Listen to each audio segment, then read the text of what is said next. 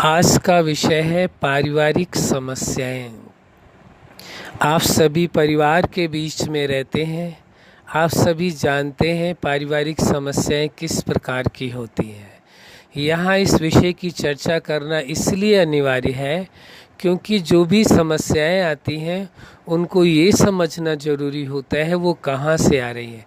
यदि पारिवारिक समस्याएं हैं तो परिवार के स्तर में बैठ करके सभी के बीच में उस समस्या का समाधान किया जा सकता है।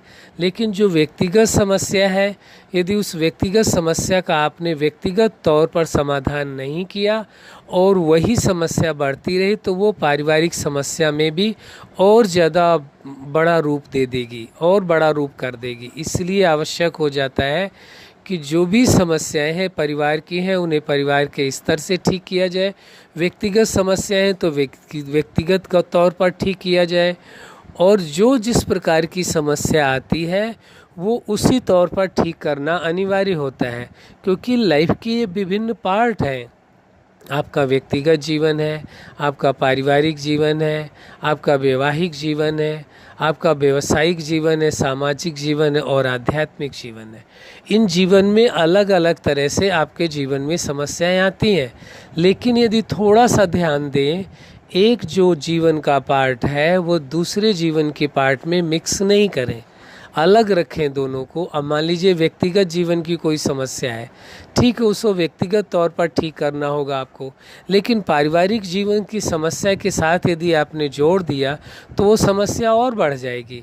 इसलिए यह समझना आवश्यक है कि पारिवारिक जीवन में समस्याएं किस किस प्रकार से आती हैं। तो आज का जो विषय चल रहा है वही समस्याएं आखिर हैं क्या, कहाँ कहाँ से आती हैं व्यक्ति के जीवन में। तो पारिवारिक समस्याएं, परिवार में किस प्रकार की समस्याएं हो सकती हैं। परिवार में समस्याएं उनके व्यवहार के कारण भी हो सकती हैं। परिवार में समस्याएं बीमारी के कारण भी हो सकती हैं। परिवार में समस्याएं धन के कारण भी हो सकती हैं। परिवार में समस्याएं एक दूसरे को रिस्पेक्ट दे करके न बात करने की वजह से भी हो सकती हैं।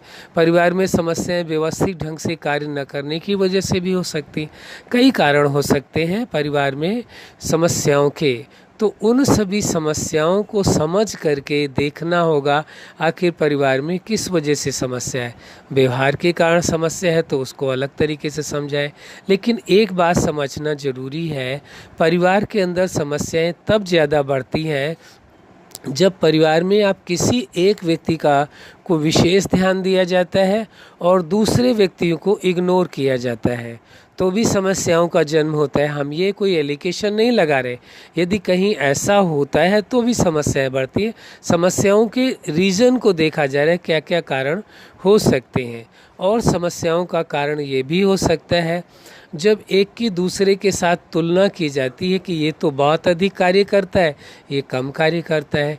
ये एक ही पिता के यदि दो बच्चे हैं तो एक एजुकेशन बहुत अच्छी ले रहा है, पढ़ाई में बहुत अच्छा ध्यान है, एक का कम ध्यान है। यदि कम ध्यान है तो उसके प्रति ध्यान नहीं दिया जा रहा, तो ये भी एक समस्या का कारण बनता है। हर व्यक्ति की अपनी मानसिकता अलग अलग है, तो परिवार में सभी सदस्यों को उनका मानसिक स्तर देखते हुए उनके साथ उसी प्रकार आपको बात करनी होगी, उसी प्रकार व्यवहार में आना होगा, उसी प्रकार उस समस्या का समाधान सोचना होगा। और परिवार में यदि कोई भी विशेष कार्य करना है तो सत्य तो यही है, उसमें ग्रुप डिसीजन चाहिए, सभी का मिला जुला डिसीजन चाहिए। ऐसा न हो कोई एक व्यक्ति ही परिवार के सारे कार्यों के लिए डिसीजन ले रहा हो, निर्णय ले रहा हो और दूसरों से कोई जानकारी भी न ली जाए, तो भी वहाँ उनको लगता है कि जैसे हमारी तो इस परिवार में कोई वैल्यू ही नहीं है।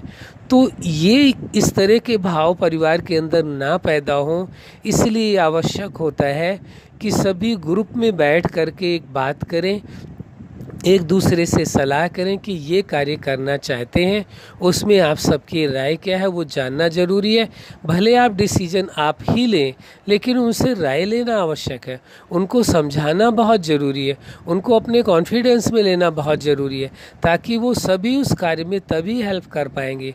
और यदि आपने अपने हिसाब से डिसीजन लिया और परिवार वालों के आपको हेल्प की आवश्यकता पड़ी, उन्होंने आपकी मदद नहीं की, तो उस कार्य में आपको दिक्कत जाएगी। इसलिए इसलिए पारिवारिक समस्याओं को ठीक रखने के लिए सबसे पहली बात तो परिवार में सबके प्रति समान व्यवहार रखना है। दूसरी बात, परिवार में हर व्यक्ति को रिस्पेक्ट देना है, हर व्यक्ति के विचारों का सम्मान करना है। कोई भी कार्य करना है, नया कोई भी कार्य करना है, उसमें परिवार के हर सदस्य की राय देखनी है और परिवार के हर सदस्य की जो भी ज़रूरतें हैं, आवश्यकताएं हैं, उनकी पूर्ति करनी है। उनका हर तरह से ध्यान रखना ये आवश्यक हो जाता है। तो ऐसा करने से क्या होगा, बहुत सारी समस्याओं का निराकरण आप स्वतः कर लेंगे। फिर उसके बाद क्या होगा, छोटी मोटी और कोई समस्याएं बचती हैं तो उनको आप इजीली सभी लोग ग्रुप में मिल करके कर लेंगे। लेकिन यदि परिवार में एक दूसरे का रिस्पेक्ट नहीं करते हैं, एक दूसरे के विचारों का सम्मान नहीं करते हैं, एक दूसरे के डिसीजन की केयर नहीं करते हैं, रिस्पेक्टफुली बात नहीं करते, तो ये समस्याएं और उग्र रूप लेती जाती हैं। इसलिए इन छोटी छोटी बातों का ध्यान रखने से आप अपने परिवार की सभी समस्याओं को स्वतः ही ठीक कर सकते हैं।